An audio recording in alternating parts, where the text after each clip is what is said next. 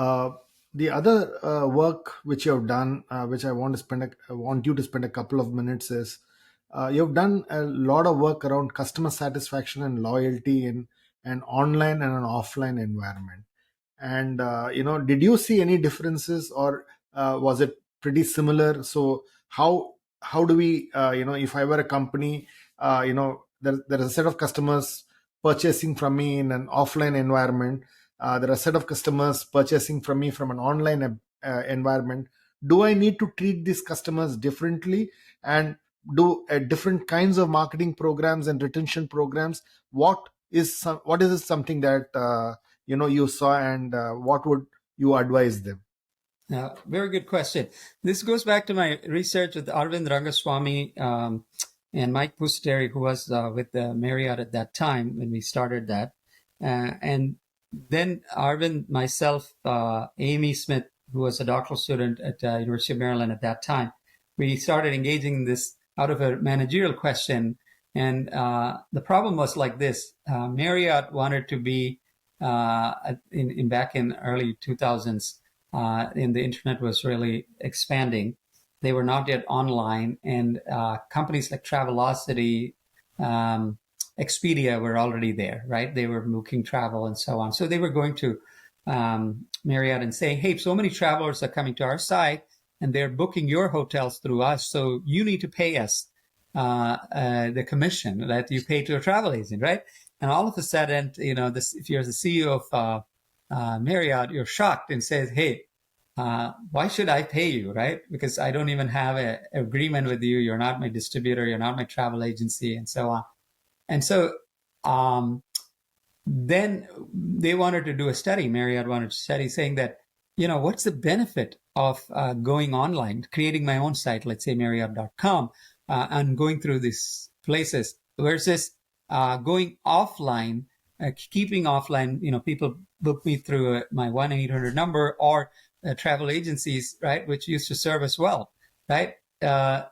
And initial fear, the CEO of Marriott was fearing that once people go online, they can actually switch in a jiffy because, it just needs a click to go from Marriott to Hilton or Hyatt and so on once they find a lower price. So it'll become a flea market, right? People will start going back.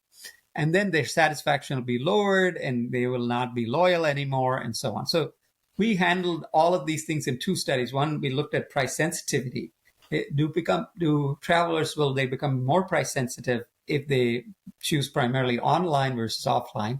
And another study was looking at what happens to their level of satisfaction after they stay in a hotel, and are they satisfied, and will they continue to come back to you, right? So these are very difficult questions at that time because you have to make investments in websites, and sometimes this would be not reversible once you make that go down the path. So when we did the study, we had a very we were also apprehensive. We might get some findings that are not very pleasant for the companies, right? But to our surprise, what we found was people who actually started to use online to choose, at that time mostly desktop and laptop, now increasingly mobile, they tended to become, they're more satisfied of the experience if their booking experience was, frictionless and flawless in terms of no errors and so on. Interesting. And then post satisfaction, they have to stay at the hotel, the service matters there. And then they are more loyal consequently. And we were scratching our heads and said, how is it possible, right? Here's a CEO who believes that, it could be devastating for the price sensitivity, loyalty. And we also found that they're less price sensitive. Then we tried to understand why is it happening, right? When we started peeling the layers from the onion, we started understanding why this happens, right? What is happening, and it's even true even today, is that when people use online to make choices, to search and so on, they are reducing the time spent if it's done efficiently to make the choice, right? And if the experience is frictionless and flawless, they tend to like it. And then it becomes a sticky experience, right? Now I can repeat this. I can, do a reorder and so on. And at the same time, online allowed hotels and to really showcase the property, right? Before that, you could call a 800 number of Hilton, Hyatt, and Marriott, and just go on the brand reputation alone. You won't know how the property looks and so on. Now you can showcase. That time Marriott could come up with 3D views of that, which we are very familiar with, the used to now, right? So all these things matter a lot, and that's what is contributing to the satisfaction. I can do a virtual tour of the property. I can know which locations are close by. So I go to a hotel for official visit. I can know how close is my client to that hotel, right? I can see virtually, I can map it. I can see I can plan my routine, right?